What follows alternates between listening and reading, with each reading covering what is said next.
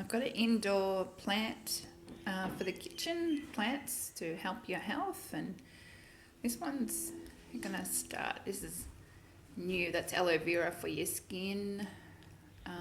They're what do you call? They're lettuce. This is I just love because it's yellow.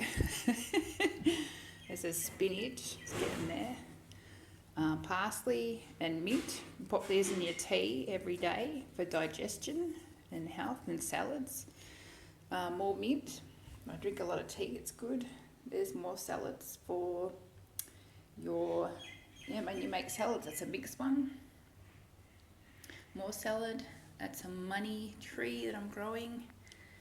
And more lettuce for salads, and I've got some spots there and it's growing. So this is in my kitchen, right near the window, so it gets a bit of light. And we'll see how it goes. So far, so good.